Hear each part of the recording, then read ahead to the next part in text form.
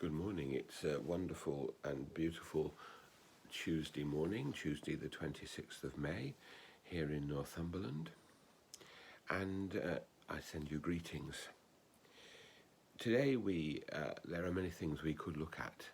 The church celebrates St. Augustine of Canterbury and that evangelization, particularly of the southern part of our country, by the Roman mission.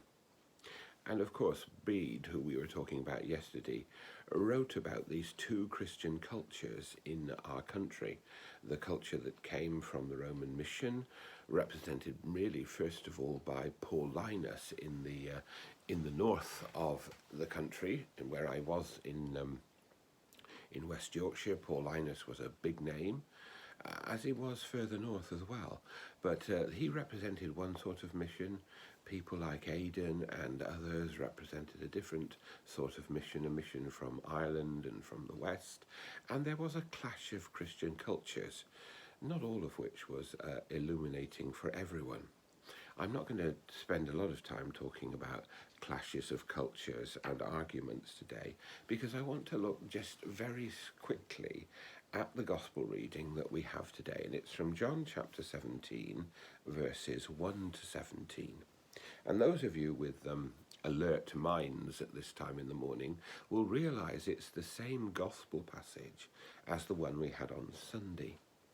And it is one of the more densely packed gospel passages we have in St. John's Gospel, or indeed in any other gospel.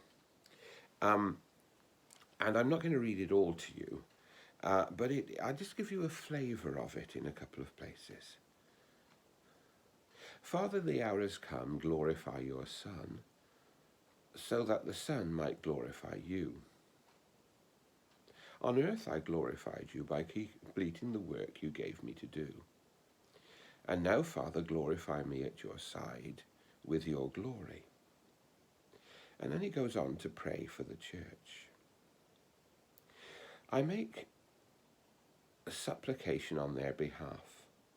I do not make supplication on behalf of the cosmos, but rather on behalf of those you have given to me, because they are yours. And all that is mine is yours, and all that is yours is mine, and I have been glorified in them. I am no longer in the cosmos, and they are in the cosmos, and I am coming to you. Holy Father, keep them in your name, which you have given me, that they may be one as we are one. And it goes on, and it's quite complex. I pray for them, I do not pray for the world, I pray that they may be one.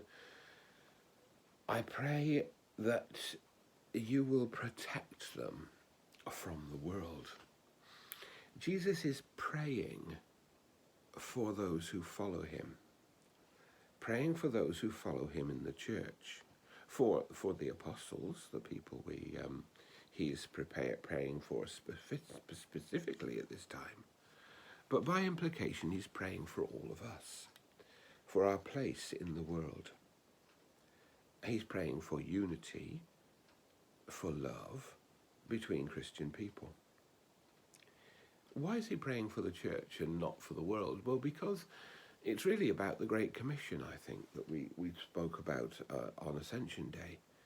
Jesus is praying for this community of people, the church, that we might continue his role in the world.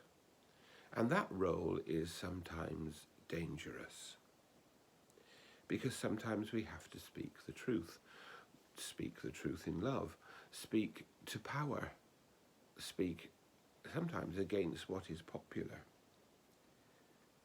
I don't want to go into the specifics of all that, but what Jesus is saying is that the church has to try and continue to do his work. Make them holy in the truth. The word that is yours is truth. And of course the word is Jesus. Jesus is among us, and we have to live out Jesus' life in truth and in unity. Now, I think unity is quite quite a shocking thing for Christians, really, because of course, for many centuries, the church muddled along with disagreements and arguments, but basically as one church for nearly 1,000 years. And then there became the other sort of splits, the split between East and West, and then at the Reformation, one more split. And you sort of go from one or two churches to two big churches to two or three big churches, and then to thousands, maybe millions of different denominations, as we each followed our own understanding of what is God's way. And I think one of the things that we need to have as Christianity is a sense of commitment to the truth. It's right. I'm an Anglican priest, not just because I was born in the Church of England, but because I believe in what the Church of England is for the English people, that as Jesus prays for his disciples within the world, so the role of the Church of England in the country is to do his work. That doesn't mean to say I think that other people are not doing his work, but you see the complexity of it. I'm tying myself in a knot already.